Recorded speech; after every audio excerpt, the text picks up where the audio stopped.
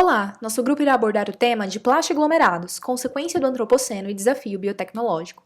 Para introduzir o assunto, vale destacar quando Milton Santos discorreu como a história do homem sobre a Terra é a história de uma ruptura progressiva entre o homem e o entorno. Historicamente, essa dissociação entre o ser humano e a natureza levou a que diferentes autores propusessem uma definição do tempo geológico que sobrevivemos, até que, em 2000, Eugene Stormer e Paul Crutzen popularizaram o termo antropoceno.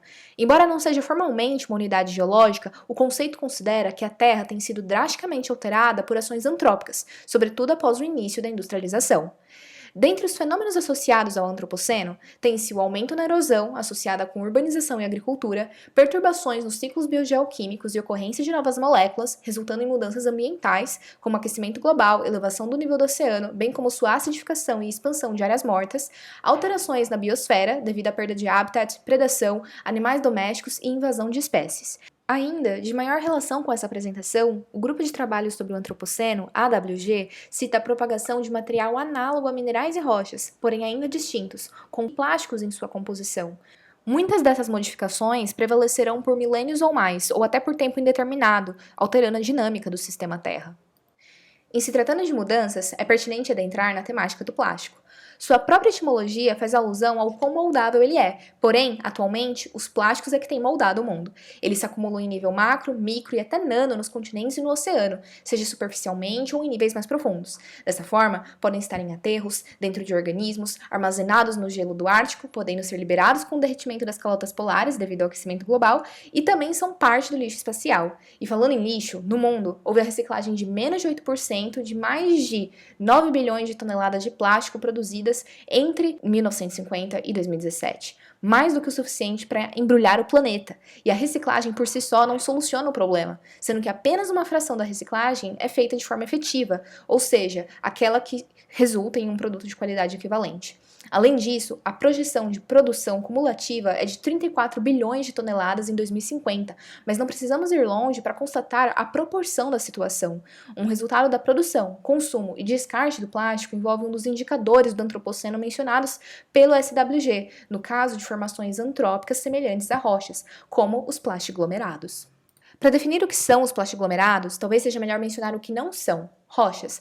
Rochas são formadas naturalmente, enquanto que os plastiglomerados incluem produtos e processos antropogênicos em sua formação, como o plástico e a queima, respectivamente. Trata-se de uma matriz de plástico fundido com fragmentos de rocha, grãos de areia e matéria biogênica, conchas, madeira, resíduos de coral. Isso fomenta a discussão sobre o antropoceno, momento no qual objetivos de desenvolvimento sustentável se fazem cruciais, como os 17 ODS da ONU, em particular aqueles que convergem com a temática do plástico. Segundo o paleontólogo Jan Zalasiewicz, plásticos, incluindo plastiglomerados, seriam um dos principais marcadores através dos quais as pessoas poderiam reconhecer o início do antropoceno. Nesse contexto, o principal objetivo desse trabalho é apresentar a atual discussão sobre a formação dos plastiglomerados. Para isso, iremos abordar as perspectivas de especialistas sobre a forma e tempo de permanência desse material, bem como sua relação com o conceito do antropoceno e estratégias biotecnológicas como contraponto a essa problemática. O principal estudo escolhido como referencial nessa apresentação foi o pioneiro na identificação, definição e discussão sobre plastiglomerados, uma pesquisa desenvolvida por Patricia Corcoran, Kelly Jasvak e Charles Moore, intitulado Um Horizonte na Marcação Antropogênica no Futuro Registro das Rochas.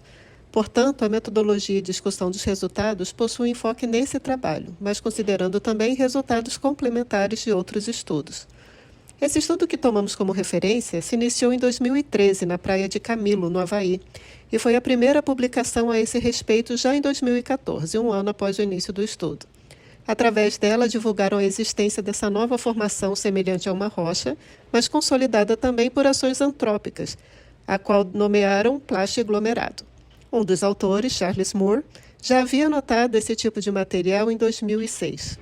Quando iniciaram o estudo em 2013, classificaram o material como in situ, ou seja, do próprio local, com plástico aglomerado com afloramentos rochosos, ou clástico, numa combinação de fragmentos de rocha, areia, corais, madeira, conchas e, claro, plástico. Coletaram amostras de fragmentos maiores de 2 centímetros, do tipo clástico, em 21 locais da praia, e determinaram uma área de 5 metros por 5 metros para quantificação e classificação do tipo de material encontrado. Parte das amostras foi utilizada para calcular a densidade aparente. Nesse cálculo, desconsidera-se que possa haver espaços vazios no interior do fragmento mensurado. Já o plástiglomerado, in situ, parcialmente soterrado, com fraturas e localizado no centro da área de 5 por 5 metros, foi interpretado como a fonte dos fragmentos circundantes. Além disso, fizeram um registro fotográfico estabelecendo comparativos entre as características dos plastiglomerados encontrados. No principal artigo considerado, os pesquisadores encontraram plastiglomerados distribuídos por toda a praia, formados pela combustão e fogueiras feitas durante acampamentos. Dentre os 21 locais de amostra de plastiglomerados na praia, todos continham o tipo clássico e 9 continham o tipo in situ. Houve um total de 283 amostras encontradas na praia e delas 205 possuíam composição bem variada. As amostras menores eram constituídas de plástico e areia, enquanto as maiores incluíam também basalto e resíduos de madeira. A diferença causada provavelmente pelo intemperismo dos componentes orgânicos das formações maiores com o tempo. Dentro do total de amostras, identificaram 167 fragmentos clásticos angulosos, variando de 2 até 22,5 centímetros de tamanho. Mais próximo da água, foram encontrados fragmentos arredondados, provavelmente pela ação da própria água. Dos fragmentos clásticos, 20 tiveram sua densidade aparente medida, de 1,7 a 2,8 gramas por centímetro cúbico, sendo os mais densos aqueles compostos por basalto. Como são mais densos que o plástico em si, os plastiglomerados têm mais chance de se manterem soterrados ao longo do tempo, criando um registro temporal. Vários tipos de plásticos puderam ser identificados, como redes de pescas, pellets, containers, tampas, tubos, confetes, observando-se que a maior proporção correspondia a esse último, que no caso do artigo definem como detritos de produtos antes intactos. Outros destaques incluem que 22% dos fragmentos tinham como fonte containers e tampas, e cerca de 20% possuíam material de pesca em geral. Uma observação é que a localização do estudo por si só já é vulnerável à deposição de detritos de plástico. Na região, o movimento anticiclônico de correntes oceânicas faz com que detritos sejam depositados na costa, como equipamentos de pesca, contêineres de alimentos, fragmentos de plástico e etc. Outros fatores contribuintes incluem o fato dos visitantes acamparem por longos períodos com fogueiras e a limpeza da praia não ser frequente. Além disso, para descartar outras possibilidades da formação dos plastiglomerados no local de estudo, os pesquisadores verificaram que não poderiam ser um resultado da lava fundida com um polímero, pois, embora o Havaí seja uma ilha com atividade vulcânica, ela não coincide com o local de estudo. Em suma, a origem foi pela queima antrópica de plástico. Só que os autores não descartam a possibilidade de que em outros locais os plastiglomerados possam ser formados onde tem lava, queimadas florestais em temperaturas extremas. Um agravante é que a queima libera substâncias como monóxido de carbono, hidrocarbonetos aromáticos policíclicos e dioxinas, que podem causar complicações neurológicas. Plastiglomerados e formações semelhantes têm sido encontradas em diversas regiões costeiras, como em Bali, na Indonésia, na Califórnia, nos Estados Unidos, Madeira, em Portugal e Ontário, no Canadá. Em 2022, foi publicado o primeiro artigo sobre plastiglomerados e outras formações encontradas na América do Sul, mais especificamente no Peru. De acordo com trabalhos anteriores, 33% dos resíduos encontrados soterrados na praia de Monterey, na Califórnia, são de lixo plástico, o que se repete em diversas outras praias pesquisadas. A baixa temperatura da água e a pouca exposição aos raios ultravioletas no fundo do mar aumentam as chances desse plástico afundado se tornar registro em forma análoga a rochas. Resíduos de plástico podem se conservar soterrados nos primeiros 5 centímetros de areia, mas já foram detectados desde 32 centímetros até 1 metro de profundidade em outros estudos. Dentre os diversos debates que emergem sobre os plastiglomerados, tem-se o questionamento sobre o seu tempo de permanência. Na superfície, o material está suscetível aos processos intempéricos e erosivos, porém a sua preservação a longo prazo poderia ocorrer após a deposição, seguida pelo soterramento. O geofísico Douglas Geralmack pontua que seria improvável o material se tornar um fóssil, pois o plástico derrete a elevadas temperaturas nas camadas mais profundas da Terra. Já o geólogo Philip Gibbard sugere que talvez o plástico reverta para uma fonte de petróleo de onde veio, dadas as condições adequadas de soterramento. Entretanto, pesquisadores como Zolazzi e Corcoran discorrem que isso não é válido para todo o plástico. Apenas parte do material pode ser preservado como um fino filme de carbono, semelhante à forma por meio da qual os fósseis são preservados. Diante de novidades e incertezas, talvez tenhamos mais questionamentos do que respostas. Ao discutir sobre os plastiglomerados, conforme introduzido nesse trabalho, também se fala sobre o antropoceno, uma temática que traz consigo outra reflexão. Mais recentemente, alguns autores propuseram que o antropoceno seja definido como um evento geológico em andamento, ou seja, não seria uma época, no caso da geocronologia, ou série, no caso da cronoestratigrafia. Portanto, não seria uma unidade na escala do tempo geológico. Mas isso não diminui sua importância, apenas se propõe outra classificação, que, por sinal, seria mais simples de ser implementada do que se o antropoceno fosse ser considerado como uma série ou uma época. Desse modo, ele seria análogo a outros eventos, como o grande evento da oxidação do Paleoproterozoico ou o grande evento de biodiversificação do Ordoviciano. A definição como evento poderia melhor abranger a variabilidade espacial e temporal em diferentes intensidades dos impactos antrópicos na Terra, assim como a interação de processos ambientais e, agora, sociais, que repercutem em mudanças no meio, como a ocorrência dos plastiglomerados. Seja qual for a proposta para lidar com o plástico, é preciso ter cautela com o greenwashing, que representa a propaganda de produtos, serviços ou medidas falsamente sustentáveis, como se fossem realmente verdes. Isso é frequente ao falar dos bioplásticos, porque não dá para se enganar só por conta do bio. Nesse âmbito, é fundamental classificar esses materiais para compreender suas vantagens e desvantagens, pois sua origem pode ser de fonte renovável ou não, e seu descarte pode envolver uma biodegradação ou não.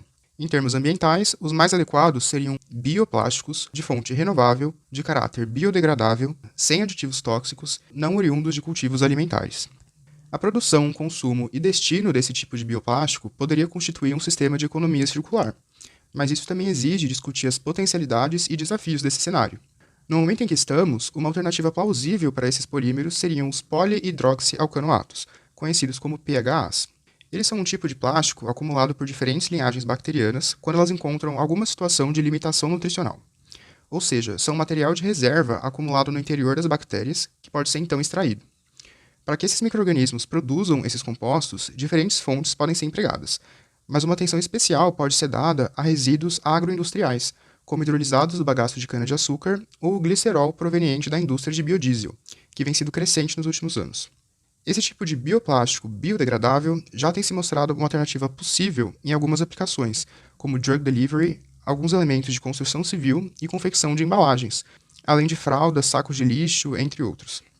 O que pesquisadores têm pontuado é a importância de uma revisão e padronização dos tipos de bioplástico e avaliação do ciclo de vida do material, assim como regulamentação e financiamento para promover aplicações em larga escala de fato sustentáveis. Frente à conjuntura da cadeia produtiva do plástico, seu consumo e descarte, a formação de plastiglomerados, suas relações com o antropoceno e estratégias como contraponto à poluição plástica, inclusive as abordagens biotecnológicas, pode-se notar que não se trata de um problema trivial. Apesar disso, ou principalmente por conta disso, se deve atribuir atenção a ele, desde as ações mais simples até as mais complexas. Para isso, é preciso sair da superficialidade, pois a poluição não se restringe a uma só etapa da cadeia produtiva e não há uma solução isolada. Nesse sentido, não se deve responsabilizar exclusivamente o consumidor, mas, mesmo assim, ações individuais no consumo podem de fato compor uma força coletiva que vai em contrapartida à produção.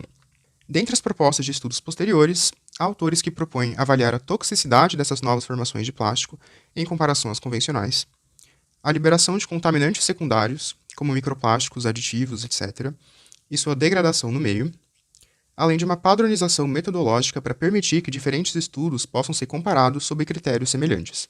No começo da apresentação, citamos um comentário sobre a poluição plástica ser uma das formas de reconhecer o início do antropoceno.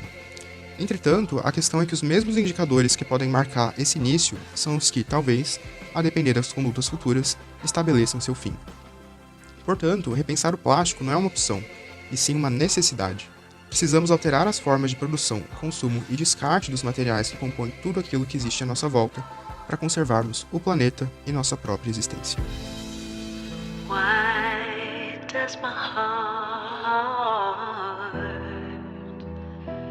feel so bad? Why does my soul